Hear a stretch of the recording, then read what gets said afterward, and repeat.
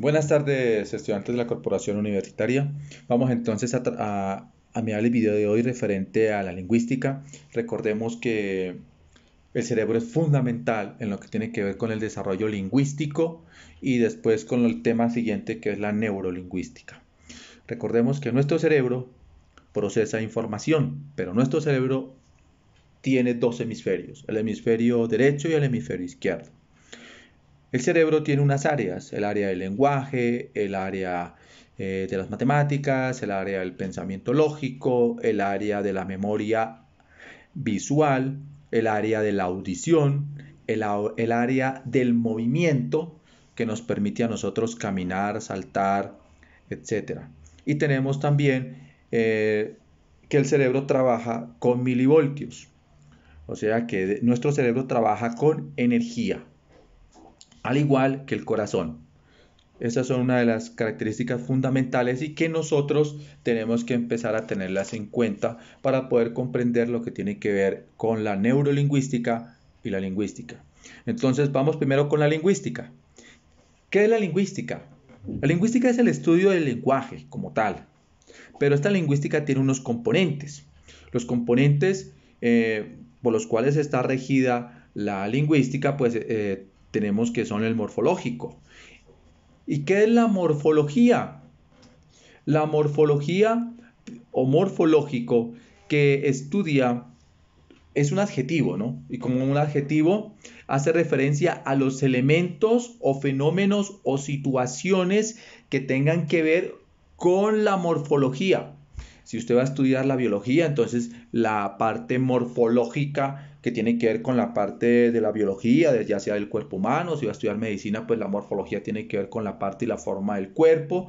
Y si va a estudiar la morfología desde la parte del español, desde la parte de la lingüística, pues ya la morfología va a analizar las palabras, cada palabra, cómo está conformada por los elementos que ellas mismas tienen, y va a tener una estructura y va a tener sus formas como tal. Entonces, como ustedes pueden ver, la lingüística tiene su primer componente, que es la morfología, que estudia las partes en que está conformada la palabra, cuáles son sus componentes.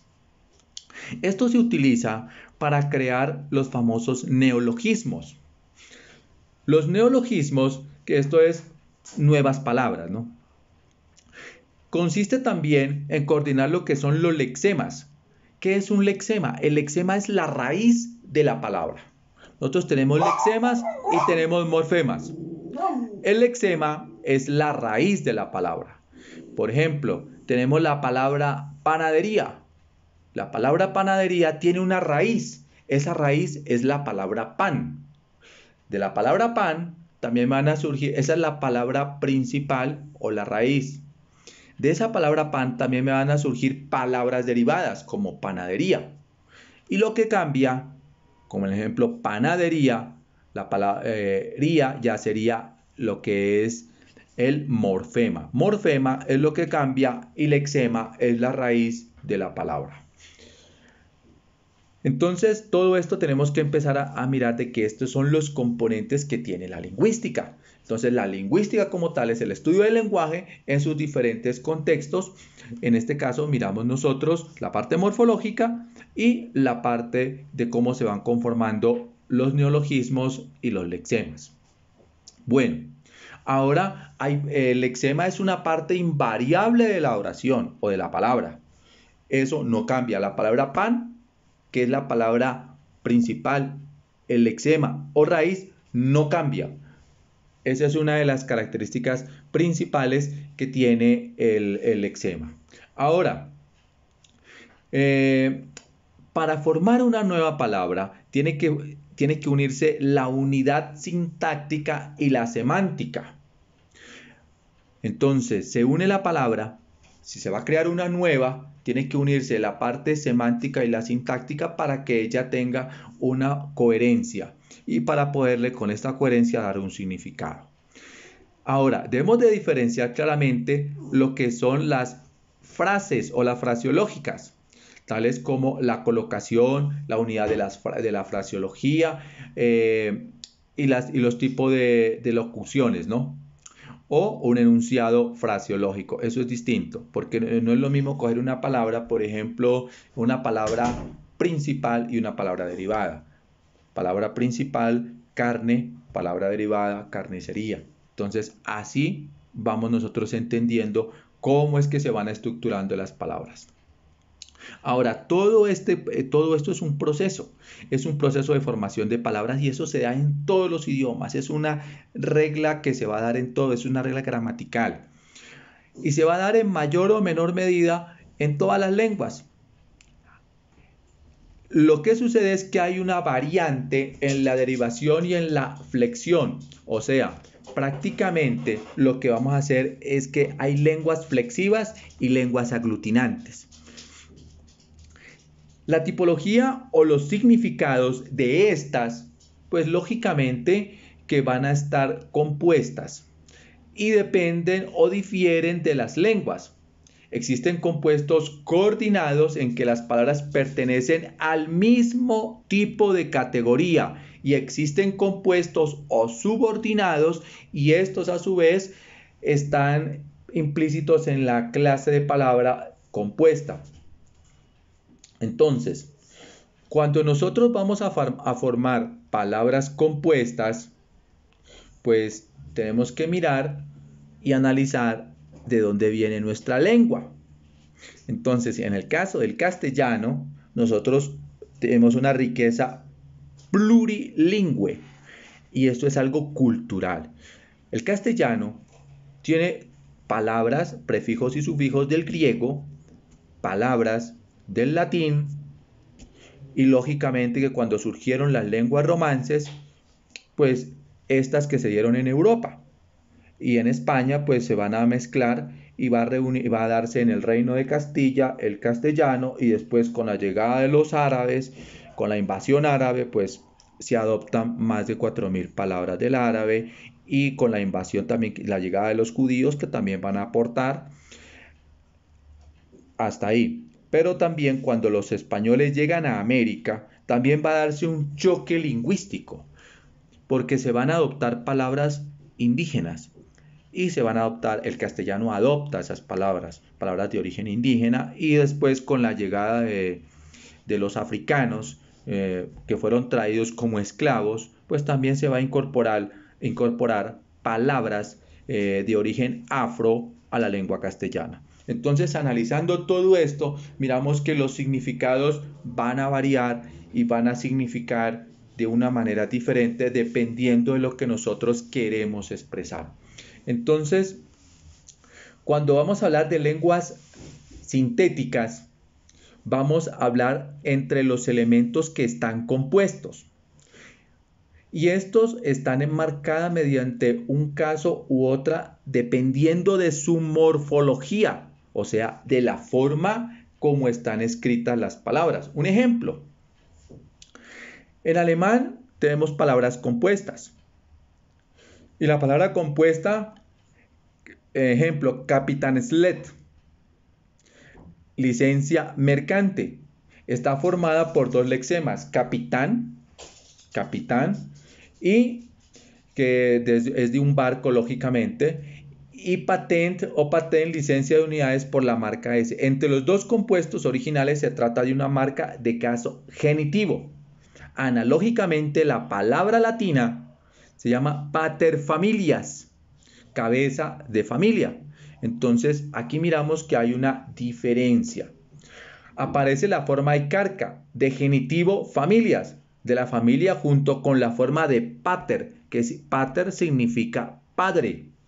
En esta forma es la parte subordinada del compuesto familia, la que sufre la modificación morfológica, mientras que pater aparece sin modificación recíprocamente en la palabra hebrea compuesta. Bet Sefer, escuela, colegio, es el núcleo en el que aparece modificado. Literalmente la palabra significa casa de libro, con Bayit, casa en la forma llamada estado constructo. Bet, casa de. Bet significa casa de. Este último patrón es común en las lenguas semíticas, aunque en algunos se combina de forma explícita con una marca de genitivo. de manera de que los dos lexemas que intervienen en el compuesto tienen una marca morfológica. Ejemplo, en el árabe se tiene Kabu Abdu al-Ali, siervo de Dios. Entonces, eso es con las lenguas sintéticas. Con las lenguas aglutinantes, estas lenguas aglutinantes van a tender a crear palabras compuestas muy largas. Esto se debe a los morfemas derivacionales que se dan en el lenguaje. En el caso del alemán y el finés, que son lenguas propias para eso. Son famosos por tener compuestos extremadamente largos. Así los nombres de algunas clases de compuestos bioquímicos o polímeros son formalmente formados por estas palabras, porque son largas, ¿no? Entonces aquí es donde nosotros miramos, por ejemplo, la compañía naviera de barcos de vapor del Danubio.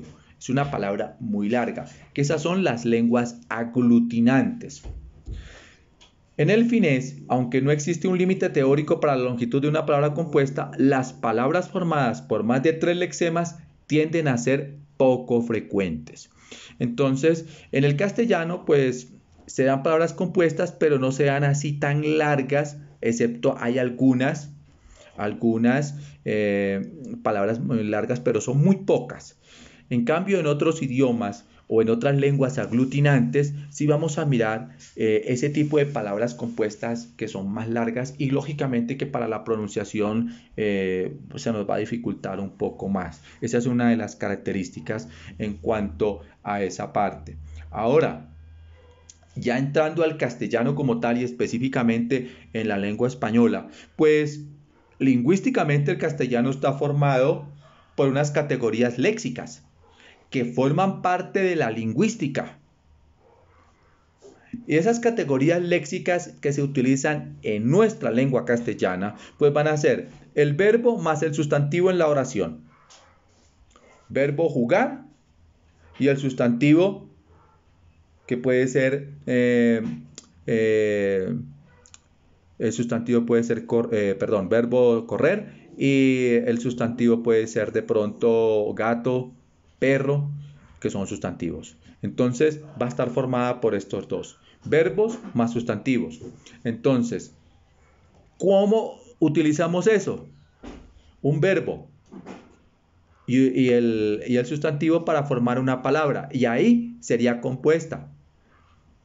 Por ejemplo, tenemos palabras como agua fiestas. Es compuesta, agua fiestas. Otra, abre latas. Está formada por un verbo y un sustantivo. Esa es la característica. Pero también tenemos frases sacadas con sustantivos y adjetivos. Entonces, tenemos agua marina. Ese es un sustantivo más un adjetivo. Otro ejemplo, camposanto. Camposanto es una palabra compuesta porque forma parte de las lenguas aglutinantes, que en el castellano pues no son tan largas como son en otras lenguas. Entonces, boquiabierto. Boquiabierto también utiliza un sustantivo más un adjetivo. Otras están formadas por adjetivo más sustantivo. Entonces tenemos extrema unción. Es una palabra, extrema unción, es una palabra compuesta y está formada por un adjetivo más un sustantivo. Medianoche es lo mismo. Ahora tenemos sustantivo más sustantivo. Palabras que están formadas por dos sustantivos juntos. Boca calle. Y son características de nuestra lengua castellana, ¿no? Esa sí es característica. Coliflor. Sueldo base. Casa cuna. Son palabras que están utilizadas por dos sustantivos. O sea que son palabras compuestas como tal. Adjetivo más adjetivo. Sordo mudo. Agridulce. Altibajo. Son palabras que están conformadas por adjetivo más adjetivo. Ahora, los adverbios, que son adverbios de tiempo, de modo y de lugar, también van a formar. Entonces cogemos un adverbio más un adjetivo y podemos formar la palabra bien pensante. Es un adverbio y un adjetivo como tal. Ahora, un sustantivo más un verbo, fatsferir. Ese es una palabra con sustantivo más verbo, matsferir, perdón. Pronombre más verbo, cualquiera que hacer, quien quiera. Pronombre más el verbo. Ahora, verbo más verbo, utilizando los dos verbos juntos. Duerme vela es una palabra que utiliza los dos verbos juntos.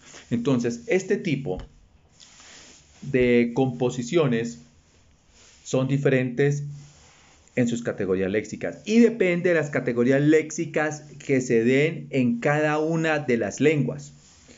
Hay una similitud de pronto entre las lenguas cuando provienen, en el caso del castellano que proviene del latín, vamos a mirar el francés, el italiano y las lenguas romances que son, por llamarlo de alguna manera, las hermanas del castellano, pues vamos a ver de que va a haber cierta similitud, pero porque vienen de la misma familia del castellano.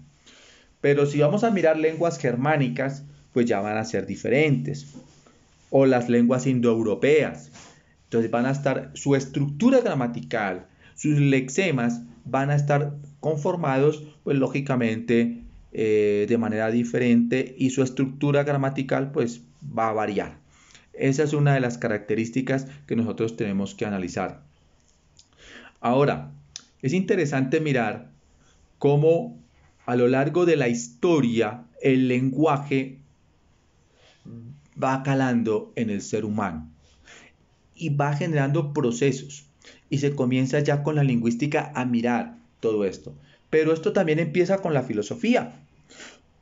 Aristóteles fue el primero que comenzó con la estratificación de lo que usamos nosotros, de los sustantivos y de los verbos y toda esta cuestión. Entonces miramos nosotros que viene desde la antigüedad, poco a poco, pero a medida que se va evolucionando y que ha ido evolucionando, pues el lenguaje también no ha escapado a eso y se ha ido perfeccionando en sus diferentes concepciones como tal y en su proceso de desarrollo, de análisis, de síntesis y de cómo irlo perfeccionando e ir entendiendo también muchos de los procesos lingüísticos que se han generado en cada una de las lenguas y en cada una de sus estructuras. Entonces, cuando nosotros cogemos una oración y le damos el sentido como es el perro ladra, miramos si nosotros vamos a su estructura sintagmática y a su estructura como tal, miramos que él es un artículo. Perro viene a ser un sustantivo común. Ladra viene a ser un verbo. Entonces hay una estructura. Y esa es una regla. Y así para conformar distintas oraciones hay unas distintas reglas gramaticales y que eso se debe de respetar. Y eso le va a dar sentido. Esa estructura gramatical le va a dar el sentido a la palabra, porque va a tener coherencia y al tener coherencia va a tener un significado y va a tener un significante. Y ese significado y ese significante de esa palabra va a depender del contexto donde se esté dando la comunicación y del contexto donde se esté hablando con ese mismo código lingüístico y del entorno social donde yo me encuentre. Eso es algo que tenemos que mirar, que el entorno social, el entorno familiar, el tipo de lenguaje que yo esté utilizando y su estructura, cómo la esté utilizando, infiere en su significado y en su significante. Esa es una de las características que nosotros tenemos que mirar a lo largo de nuestro aprendizaje. Entonces, cuando nosotros nos comunicamos o nos damos a comunicar a los demás algo, estamos haciendo con una cantidad de signos. Cuando nosotros hablamos, emitimos signos. Nosotros somos un signo. Cuando nosotros con los gestos expresamos ya sea alegría, tristeza, enfado o cualquiera de estas emociones. También estamos con los códigos, estamos dando a entender un significado y un significante. Si usted ve en la calle una persona vestida de verde con un gorro, ya sabe que es un policía. No tiene necesidad y no sabe quién es, pero ya su cerebro lo asocia con un significado.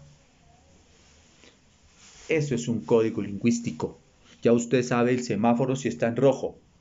Ese es un código lingüístico y tiene un significado. Así somos nosotros todo lo que comunicamos, tanto de manera verbal como no verbal.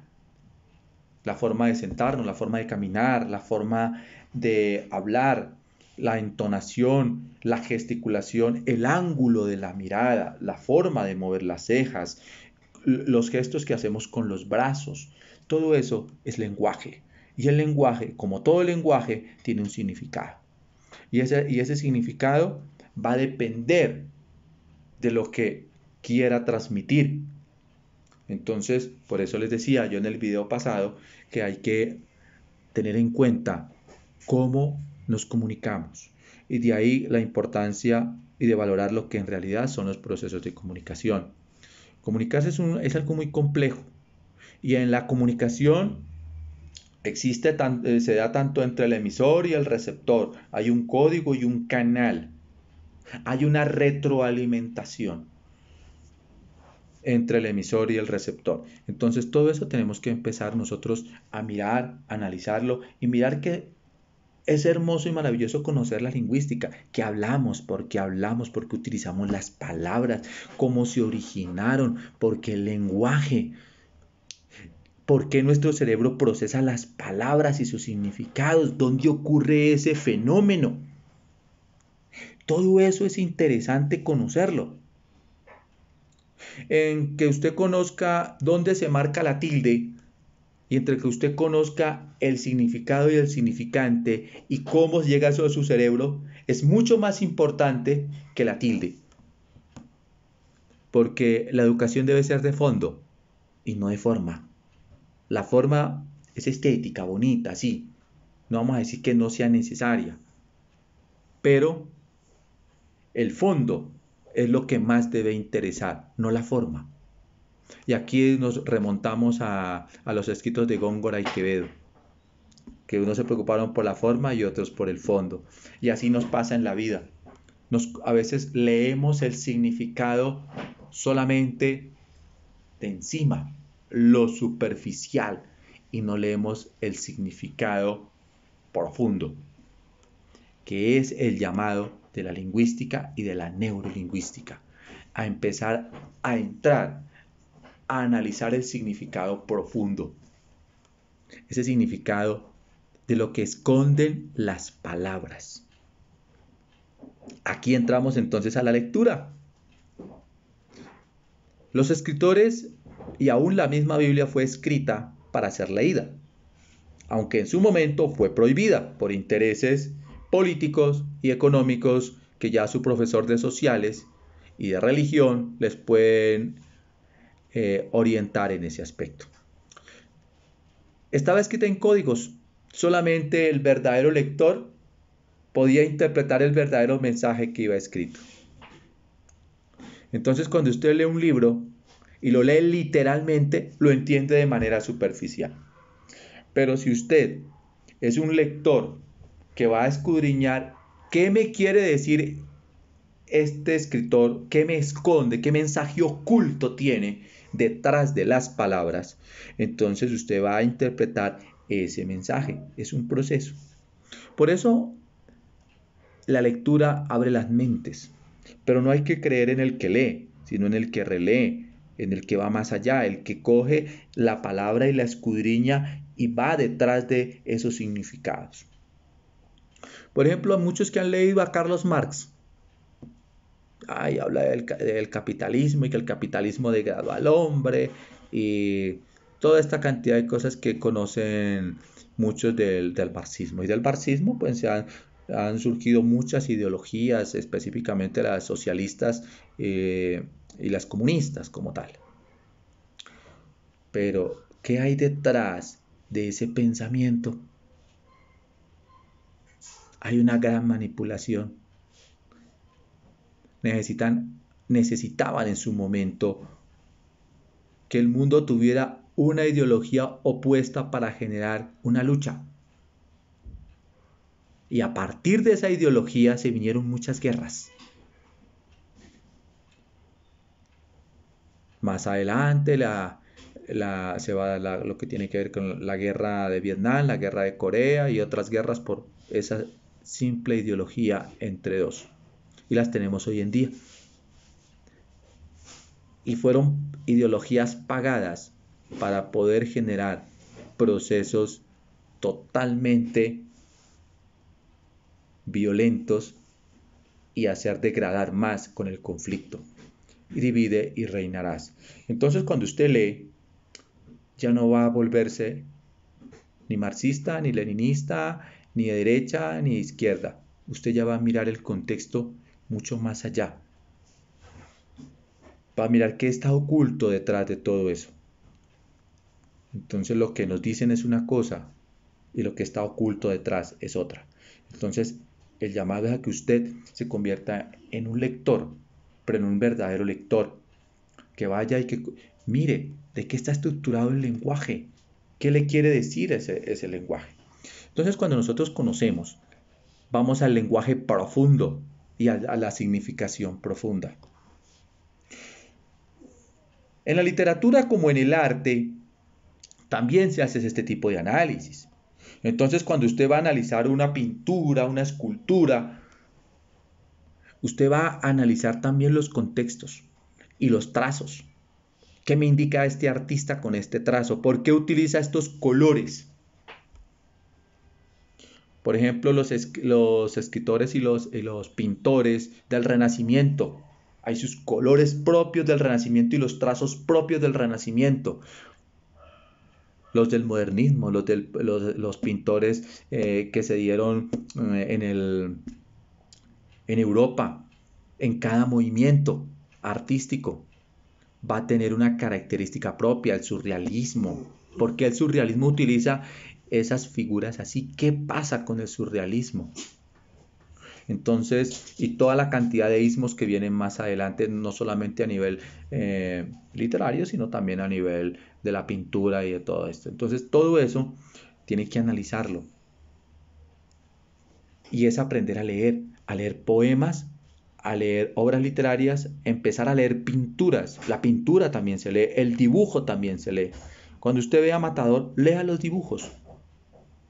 Cada gesto, cada palabra tiene un significado y un significante. Cuando usted mire una tira cómica de Mafalda, lo mismo. Los gestos de Mafalda. Cada punto y cada gesto y cada trazo tiene un significado. Entonces, aquí es el llamado a eso, a ser un lector, no del montón, sino un lector de verdad. Un lector que cuestione, un lector que mire más allá, que coja sus significados y los lleve. Que coja la realidad que está viviendo el mundo actualmente y que esa realidad se apodere y que cree obras literarias o artísticas capaces de colocar el dedo en la llaga y de cuestionar, de levantar polvo, porque así toca. Los cambios no van a llegar hablando suavecito y todas estas cosas. Los cambios llegan con cambios profundos, cuando se toca la verdad, cuando se pone el dedo en la llaga, cuando se cuestiona el status quo, cuando se cuestiona el tradicionalismo y cuando se mira de que eso no está bien. Entonces el llamado es al cuestionamiento. Ese cuestionamiento en las ideas. Porque la mejor forma de cambiar el mundo no es con las armas, sino con las ideas. Las ideas son las que transforman, las ideas son las que cambian, las ideas son las que crean, las ideas son las que nos llevan a nosotros a ser mejores seres humanos, a comprendernos entre nosotros y a mirar de que somos distintos y que la riqueza está en las diferencias. Entonces, así como existen diferencias en el lenguaje y diferencias en sus significados, aún dentro de la misma Colombia, tenemos palabras que significan distinto. Esa es una riqueza. Y por eso no hay que luchar contra las diferencias, que las diferencias son las que nos hacen lo que somos, sino que hay que aprender a aceptar los iguales, porque a veces a los iguales es lo que nosotros no aceptamos, y ahí es donde viene el gran paradigma y los conflictos. No son las diferencias en el fondo. Si vamos a analizar, no es porque tengamos, las peleas no son por ideas diferentes, las peleas son porque tenemos igualdad, entonces nos vamos en lucha con los iguales y queremos ser más. Esa es una de las grandes reflexiones y eso es lo que se analiza a lo largo de la historia. Entonces, los cambios que se generan con el lenguaje son fenomenales, son cambios que van a trascender y no solamente van a quedar para nosotros, sino para las próximas generaciones que vienen. Entonces, aquí en Colombia, por ejemplo, en San Andrés se está generando un nuevo proceso de cambio en el lenguaje. El castellano se está fusionando con el inglés porque llega mucho turista. Entonces, están allá ya hablando un español mezclado con un inglés, con un francés y con palabras, porque han llegado muchos de las Antillas. Entonces le han impregnado esa riqueza lingüística. Entonces hay una mezcla ahí y poco a poco ese Spanglish que se está generando allá puede generar un cambio con el paso del tiempo. No es de pronto de la noche a la mañana. Así como Roma se demoró con el latín en imponerlo a nivel de Europa, con sus leyes y con sus cosas, y poco a poco se fue transformando con el paso de muchos siglos. Llegó el origen de las lenguas romances y poco a poco se fue transformando hasta llegar al castellano primitivo, que no es el mismo castellano que hablamos actualmente, es totalmente diferente. Entonces, si yo les coloco a leer a ustedes el libro El Mío Cid con el castellano antiguo, pues no van a entender las palabras, porque es totalmente diferente. Esa es una de las características que nosotros tenemos que analizar en todos estos contextos. Ahora, las lenguas que tienen tendencia a poseer palabras con monosílabos son las más susceptibles de crear palabras compuestas. Por ejemplo, tenemos el inglés o el chino. Ellos utilizan mucho las palabras más monosílabas y esto va a influenciar mucho la creación de palabras compuestas. A su vez, tenemos que entender que todo este proceso va a generar cambios y esos cambios van a generar algo interesante en el ser humano y en la forma de comunicación porque va a utilizar palabras compuestas. Por el contrario, aquellas lenguas que poseen palabras muy largas o polisílabas prefieren usar otros mecanismos como la derivación. El castellano utiliza palabras prácticamente que son polisílabas porque tienen varias sílabas, poli de 4 sílabas o más, y estas palabras pues lógicamente que las vamos a sintetizar. Entonces tenemos palabras, en este caso se resumen, ¿no? Entonces ahí es donde utilizamos nosotros la síntesis y esto lo vamos a mirar. Otros procedimientos de creación de palabras están emparentados en la composición. En este caso los vamos a sintetizar. La síntesis que consiste en resumir un sintagma u oración omitiendo elementos centrales. Por ejemplo, en el castellano tenemos la palabra automóvil más ómnibus. No podríamos decir esa palabra tan grande porque pues lógicamente esa tiene que sintetizarse. ¿Cómo se derivó? Autobús o motorista también. Hotel. Hotel, que es una palabra, derivó. Entonces, en este caso, hotel derivó a motel, pero viene de la palabra motoris y hotel, las dos. Entonces, no se puede decir las dos juntas. Entonces, motel, la M de motoris y hotel. se le omite prácticamente la H y queda motel. Ahí es donde viene la derivación de la palabra motel como tal. También puede denominarse un fenómeno de acronimia, como la lexicalización, que puede incluso transformar oraciones o textos enteros en palabras. Por ejemplo, pésame, méteme en todo, correveidme. Entonces son palabras que ya prácticamente unas son eso pertenecen a crónicas, ¿no? La sincronía y la diacronía como tal. Bueno, entonces vamos a dejar este tema hasta ahí. Recordemos que la importancia de los componentes lingüísticos radica en el estudio del lenguaje con toda su estructuración, la conformación de las palabras, la derivación de ellas, cómo las palabras comienzan a generar transformaciones, no solamente a nivel con el paso del tiempo, van a ir cambiando también. Y hay unas palabras que que desaparecen, ¿no? Ya prácticamente ya son anacrónicas, ya palabras que ya no se utilizan. Una de las palabras anacrónicas, por ejemplo, en Colombia que ya está desapareciendo es botica. Botica, que viene prácticamente de farmacia y todas estas cosas, pues ya no se usa muy poco. Entonces, poco a poco, con el paso del tiempo, ha ido desapareciendo. Y asimismo, se han incorporado nuevas palabras con el auge de la tecnología o de las nuevas formas de vida. Entonces, todo lo que tiene que ver con el lenguaje es algo vivo. La lengua es algo vivo.